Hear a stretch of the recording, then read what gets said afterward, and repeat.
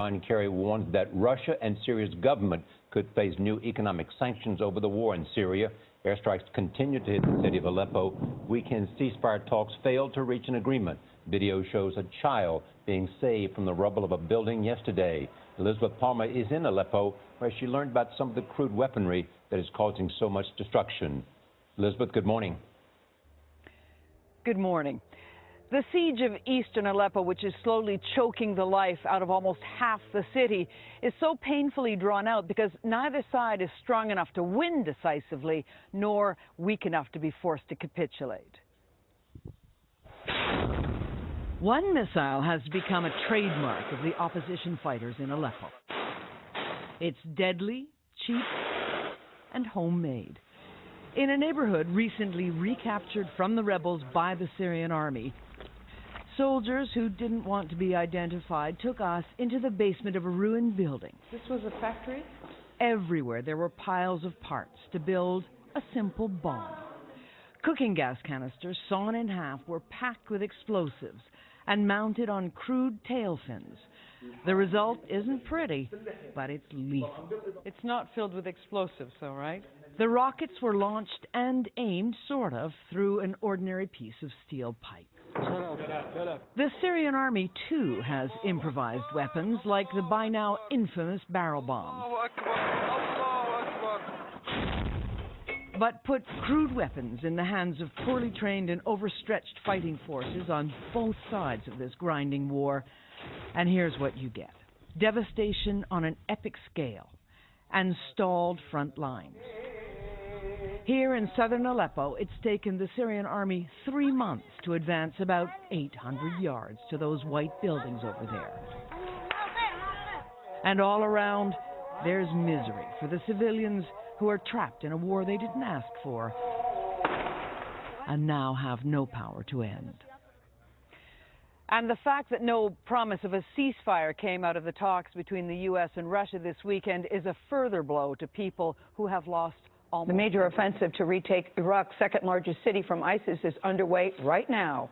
American warplanes and special forces are backing thousands of Iraqi and Kurdish fighters. They are moving on Mosul. ISIS seized the northern Iraqi city more than 2 years ago. Holly Williams is on the front line and joins us. Holly, good morning.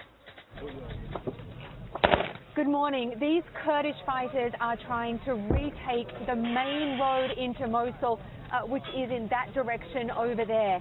Just after dawn this morning, we were with them as they broke through the front line, and then a column of tanks and armored vehicles moved into this area, which has been controlled by ISIS now for over 2 years. The Kurds have light arms and artillery. We've seen ISIS respond this morning with a suicide car bomb, which moved through this area and was then eventually blown up. Over the last few days, pro-government Iraqi forces have moved in position around the outside of Mosul, and they include the Iraqi army, Kurdish fighters, and Sunni militiamen. The U.S. coalition is also involved in this fight, and there are around 6,000 U.S. service members currently here in Iraq. Over the last few days, we've seen video emerging from inside Mosul of what appear to be U.S. coalition airstrikes. U.S. coalition airstrikes inside the city. It's thought that there are between 3,000 and 5,000 ISIS fighters inside Mosul, and that they have laid explosives to protect themselves. For ISIS, Mosul is really the jewel in the crown of its so-called Islamic State, and nobody here is expecting this fight to be quick or easy. Holly Williams, CBS News, just east of Mosul. Holly Williams on the front line in Iraq. This weekend, UN Secretary General Ban Ki-moon visited victims of Hurricane Matthew in Haiti. There were clashes ahead of his arrival. Haitians are frustrated that aid has been slow to arrive since the storm hit more than a week ago. Thousands of homes were destroyed. Nearly 550 people are dead. Vladimir Duthier shows us the misery the hurricane left behind. We spent the last week in Haiti covering the aftermath of Hurricane Matthew. Almost 7 years ago, I was here, less than 24 hours after this nation was rocked by an earthquake in 2010. I've been back several times since, always because of a tragedy. This time was no different. The capital, Port-au-Prince, was spared, but towns on the island's southern coast like Jeremy were leveled. When we arrived in Jeremy, it wasn't hard to see why so many homes were wiped out and so many were killed. All the roofs of the folks in the countryside are made of tin, and there is no way that tin is going to sustain in the face of 145-mile-an-hour winds. If they've been sleeping outdoors. Astagnès Saint-Hélan told me they have nothing left. They don't have anything. They don't have water. They don't have food. C'est où ta maison? Jeff Chanty showed us what was left of his home. This is the bedroom. Célis Élysée has 3 children. They lived through the storm. Now she wonders if they'll survive the aftermath. That's breadfruit. That's all they have to eat right now. Everybody's giving me their names, and I think that they feel by giving me their names, we won't forget them. The next day, we took a helicopter to Port-au-Prince. From the air, it looked like it was hit with a bomb. The people here in Port-au-Prince are absolutely vulnerable. They don't have water. They don't have a house. They don't have clothes. They can't find food to eat. They have problems with everything. A lot of people were killed in this community when these tin roofs sliced open people's necks. Now the big fear is cholera. The last outbreak killed at least 10,000. Jeff Daniel Laguerre is with Doctors Without Borders. They've been treating over 100 people, and so far, not one person has died. That's a bright spot. Almost 7 years ago, I was here. This is Titonien, where tens of thousands of quake victims were unceremoniously buried in mass graves. And on this sacred and hallowed ground, there's some overturned porta potties. It absolutely breaks my heart to see what we're seeing here. Everybody should be ashamed. Come on, yeah. As we were leaving, we met some kids sitting on the sun-baked rocky soil. He wants to be a journalist. Vous êtes médecin? Docteur? He wants to be a doctor. Ingénieur? They're full of hope. I'd like to share in their hope, He wants to be a judge. but I've been back here too many times. Vladimir Dutier, CBS News, Port-au-Prince, Haiti. A father of 4 is dead tonight, and right now police are working to track down his killers. 42-year-old Carlos Bemberry was shot and killed this morning at his Fayetteville home. CBS North Carolina's Nate Rogers has more. Detectives spent several hours here today assessing the crime scene, talking to witnesses, also looking for any type of evidence that would bring forth answers in this case. The shooting happened here in the 5000 block of Blaine Lane around 5:30 this morning. Police say 42-year-old Carlos Bemberry was shot multiple times by unknown suspects who broke into his home, then immediately left the area.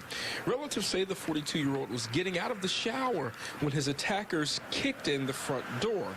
Police say a family member who was inside of the home during the shooting was unharmed. Bemberry was pronounced dead at the scene. Family members say the 42-year-old worked at Fayetteville's VA hospital and was well loved. Police are now reviewing surveillance video from nearby businesses to track down additional leads. Now, police say a motive for the shooting is unknown at this time. Also, there are no suspects in custody. In Fayetteville, Nate Rogers, CBS North Carolina. Of course, there will be more than Hillary Clinton and Donald Trump on the ballots. Voters in Washington state, California, Nevada, and Maine will decide on stricter gun measures, including widened background checks for gun purchases. Juliana Goldman has more on this. After mass shootings in Newtown, the amendment is not agreed to. San Bernardino, the motion is not agreed to. And Orlando, the motion is not agreed to. Universal background checks have failed in Congress. But it could be a whole different story in Maine, where voters will see a very similar proposal on their ballots in November. David Trahan runs the Maine gun rights organization and opposes the measure. I could easily be charged with a felony and lose my right to own firearms simply for letting a friend borrow a firearm for hunting. Yet he's already admitting defeat, in part because he says he can't compete against the millions spent by a gun control group founded by former New York City Mayor Mike Bloomberg. His millions go a long way in the state of Maine, but if he gets a win here, he can then go to other states. Bloomberg's group has raised $3.7 million this year, compared to just over $420,000 by the National Rifle Association. While Bloomberg declined an interview, he said this to Face the Nation in 2014.